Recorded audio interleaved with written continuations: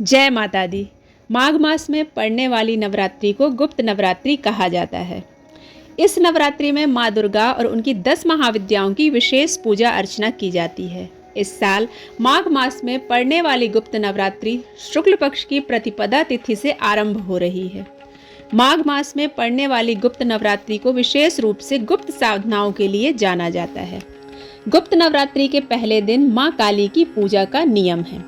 पहले दिन माँ काली की पूजा की जाती है। माँ काली की पूजा के लिए गुप्त नवरात्रि के पहले दिन सुबह ब्रह्म मुहूर्त में उठकर हमें स्नान करना चाहिए, स्वच्छ वस्त्र पहनने चाहिए। अब साफ एक चौकी लेकर गंगा जल छिड़क कर उसे शुद्ध करना चाहिए। इस चौकी पर एक साफ कपड़ा लाल कलर का बिछाकर हमें घट स्थापना करना चाहिए।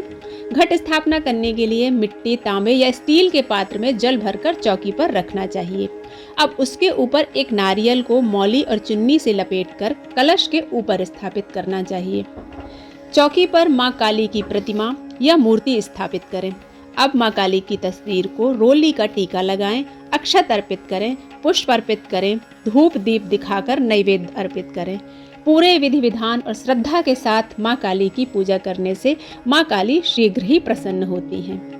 माँ काली के समक्ष सरसों के तेल का या घी का दीपक प्रज्वलित करना चाहिए। श्रद्धा पूर्वक माँ के मंत्रों का उच्चारण करना चाहिए।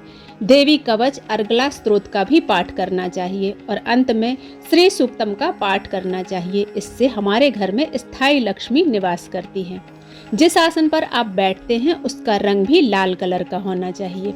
माँ काली को प्रसाद के रूप में बताशे अर्पित करने चाहिए। 9 बतासे लेकर 2-2 लौंग हर बतासे के ऊपर रखकर माँ को अर्पित करना चाहिए। आचमन करने के बाद माँ के चरणों में दक्षिणा समर्पित करना चाहिए। इसके बाद कथा सुनना चाहिए और कथा के बाद आरती गाना चाहिए। माँ काली के मंत्रों का लगातार उच्चारण करना चाहिए। ओम ऐं ह्रीं क्लीं चामुंडाई विच्चे। इस मंत्र का लगातार उच्चारण करना चाहिए। या तो आप 108 बार जप कर सकते हैं या 11, 21, 27 इस संख्या में आप जप कर सकते हैं। माँ काली की कथा। पौराणिक कथा के अनुसार एक बार दारुक नाम के राक्षस ने ब्रह्मा जी को प्रसन्न करके उनसे वरदान प्राप्त कर देवताओं और ब्राह्मणों को प्रताड़ित करना शुरू कर दिया और स्वर्ग लोक पर कब्जा कर लिया। जिसके बाद सभी देवता भगवान विष्णु और ब्रह्मा जी के पास गए। ब्रह्मा जी ने सभी देवताओं को बताया कि इस दुष्ट का संहार एक स्त्री ही कर सकती है। जिसके बाद सभी देवता भगवान शिव के पास गए और उन्होंने भगवान शिव को सभी बातें बताईं। जिसके बाद भगवान शिव ने माता पार्वती की ओर देखा। माता पार्वती इस पर मुस्कुराई और अपना एक अंश भगवान शिव को प्रवाहित कर दिया। जिसके बाद भगवान शिव ने कंठ के विष से उस अंश ने अपना आकार धारण कर लिया। जिसके बाद भगवान शिव ने अपना तीसरा नेत्र खोल दिया।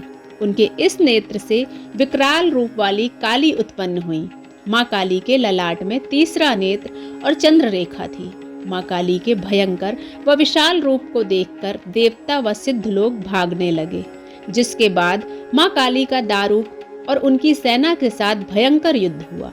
माँ काली ने सभी का वध कर दिया, लेकिन माँ काली का क्रोध शांत नहीं हुआ। काली के इस क्रोध से संसार भी जलने लगा। इसके बाद भगवान शिव ने एक बालक का रूप धारण किया और शमशान में लेटकर रोने लगे। जिसके बाद माँ काली उन्हें देखकर मोहित हो गई। इसके बाद माँ काली ने बालक रूपी भगवान शिव को अपने गले से लगाकर अपना दूध पिलाया। इसके बाद उनका क्रोध शांत हो गया। 10 महाविद्याओं में माँ काली प्रथम रूप है। माँ काली जी का स्वरूप अत्यंत विकराल, अभयंकारी और मंगलकारी है। माँ काली का यह स्वरूप असुरों का नाश करने वाला है।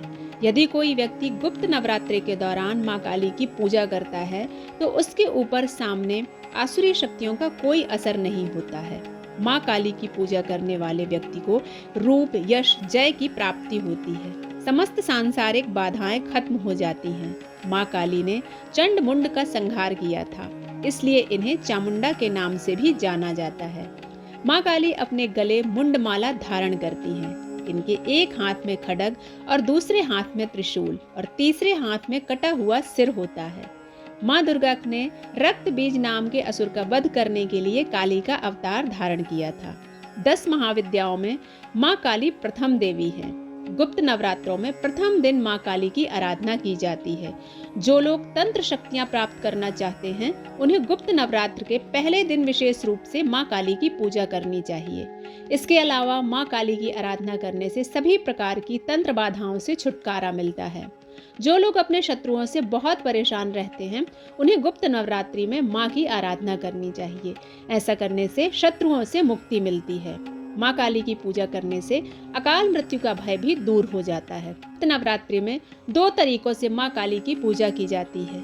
जो लोग तांत्रिक विद्या हासिल करना चाहते हैं, वह लोग इन दिनों में माँ काली की तंत्र विद्या के द्वारा उपासना करते हैं, और जो लोग गुप्त नवरात्र में प्रथम दिन सामान्य तरीके से माँ काली की आराधना करते हैं, उनके जीवन के समस्त संकटों से उन्हें मुक्ति मिलती है।